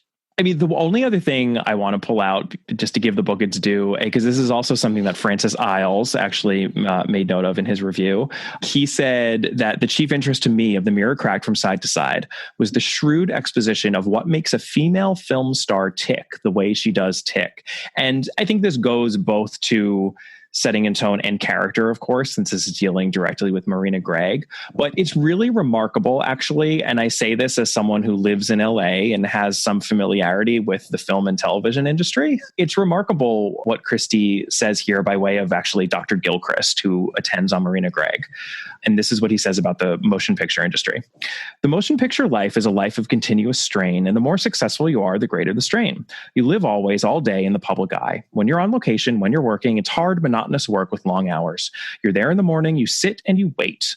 You do your small bit, the bit that's being shot over and over again. If you're rehearsing on the stage, you'd be rehearsing as likely as not a whole act, or at any rate, a part of an act. The thing would be in sequence. It would be more or less human and credible. But when you're shooting a picture, everything's taken out of sequence. It's a monotonous, grinding business. It's exhausting. And again, this is Christie writing what she knew. I mean, she knew film stars at this point. She had experience in the film industry. A little bit later, he says, people say that actors and actresses are vain. That isn't true. They're not conceited about themselves. They're obsessed with themselves. Yes, they need reassurance the whole time. They must be continually reassured. That too is a fine distinction, but a legitimate one. Yeah. She knew her stuff. It helps with the overall read, which is why, even as to tone, I was not bored reading this book. I did not find this book a slog to get through, even though I agree with your point that it's a more uneven read than we're used to. Yeah, so I think we're landing on a 7? Yeah, if not for that, it would get an 8. I mean, we've been giving out some 8, so it's slight demerit. Let's give it a 7. And now let's get to Stuck in Its Time. Before we get to the adoption issue, there are a few small moments that made me uncomfortable. I'll just run through them really quickly. Miss Marple, actually, when she's thinking about how Miss Knight makes her feel, says, and I quote, "Although I may be old, I am not a mentally retarded child." I know. That's word usage back then. It was accepted. Yeah. Well, that was completely actually what it would have been. I mean, completely. Right. We also have Dolly Bantry saying, when she's talking about people who appeared at the party, then there was a big black man. I don't mean a Negro. I just mean very dark, forceful looking. Okay. I was that was the one that I noticed that one particularly. I was like, ooh, that's uncomfortable. Yeah. We have Cherry uses the word wop a lot when she's talking about Giuseppe. She's warning Gladys about him. She says, this is in her mouth, but she says, what these wops are like. Affiliation orders all over the place, hot-blooded and passionate. That's what these Italians are. We can give her the benefit of the doubt there, but Christie has stereotyped Italians before. And then the only other thing is that I kind of think that there are secretly 2 gay characters in this novel. The first is Haley Preston, who's the assistant, and he has certainly played that way in the ITV Julia Mackenzie. Yeah, he reads like that. Well, Craddock refers to him as that willow wand of a young man. And then later, when Craddock goes to Margot Bentz's studio, the photographer, she has an assistant. We're told his name is Johnny Jethro. Suspicious. And he calls Craddock my dear multiple times, which is always when my eyebrow starts going up as I'm reading Christie. And he's described by Craddock as, quote, almost as willowy as Haley Preston. He has exuberant hair and he's wearing a kind of lilac smock. And then later, Craddock refers to Johnny Jethro as, quote, her pansy partner. So, that may be a little uncomfortable, but this was the worst of all, and it's really why I'm bringing it up. And I'm curious if I'm just being paranoid, Catherine, or if you agree with me here. But okay, very, very late in the novel, when Miss Marple goes to Gossington Hall, basically to confront Jason Rudd about what's happened since Maria Gregg is already dead, she tells Haley Preston that he reminds her of a man she knew, because of course he does, a man named Gerald French. And Preston asks, indeed, what did Gerald French do? And Miss Marple replies, not very much, but he was a very good talker. She sighed. He had had an unfortunate past. You don't say, said Haley Preston, slightly ill at ease. What kind of a past? I won't repeat it, said Miss Marple. He didn't like it talked about. Is Miss Marple implying, I know you're a homosexual? Yeah, I think so. I mean, it does read a little bit like that. I mean, that made me very, very sad. Yeah. Yeah. There's just like a lot of them. That's like the thing that I think that we're talking about. Not any one of them is that bad. It's just that there are a lot of them is the thing. Well, and we haven't even gotten to the adoption issue because we've talked about this so many times before, especially in our Ordeal by Innocence episode. Right, and so I don't really want to go like that into depth into it because we talked about it literally for so long in Ordeal by Innocence. So we don't have to go that in depth into it, but the only point I want to make is that this isn't even really a stuck in its time issue. And, when we did our stuck in its time episode where listeners sent in themselves talking about these issues, one of them even said, this seems to be a personal issue as to Agatha Christie, because I don't even think people at this time thought about adoption the way that Agatha Christie seems to. I mean, she just seems to have this hang up. Very weird. There's her own relationship with Rosalind, which is a little bit of hands-off one. We've talked a lot about that. And I haven't mentioned it in a while, so it's worth bringing up again. And another listener reminded me of it recently in an email. But Christie's own mother, who she was very close to, had that weird upbringing where she really was adopted by her aunt. And she felt sort of abandoned by her mother. And that's why Christie had two grandmothers on her mother's side. Right. She had her natural grandmother and her auntie granny, who was, her mother's aunt, who also really performed a maternal role in her mother's life. And it was very damaging, apparently, to Christie's mother. And I think Christie carried that with her and just had this hang up about adoption that was personal to her. So it's not even stuck in its time, but it's just very upsetting because we all have experiences with non-traditional families that involve elements of adoption. And it's just horrible to have to read stuff like Dolly Bantry referring to half adopting a few strays. What does half adopting even mean? Right. I don't even know what that means. And then Jason Rudd says it wasn't the real thing when he's talking about adoption. And my favorite one was Craddock, when he's talking to Margot Bentz, he makes reference to the other two children Marina adopted. And he says, I'll call them brothers for the sake of convenience. And it's like, if they were all adopted, then yes, really weird. It's very, very off-putting. Anytime it comes up, it ends up being off-putting. And that's why we're going to take a point off for it. So I think, so what are we doing? We're doing 2? I think, we take a point off for the adoption stuff and we take a point off for all of the other little things here and there, which add up to 1 point. So it is time, Catherine, for our tallying up of the mirror cracked from side to side. We have a 6 plus 3 plus 8 plus 5 plus 7 minus 2 for a grand total of 27 points, putting the mirror cracked from side to side in an interesting spot. It is right now in a tie with a number of titles hanging out at around 35th out of 53 titles. So sounds about right now, I think it sounds about right too. It's, it's slightly lower than the midway point. It's not super low, but it's a little low. And I think that feels right to me. So right now it's tied with Hercule Poirot's Christmas, NRM, and Death in the Clouds. Those are standing at 35, 36, and 37.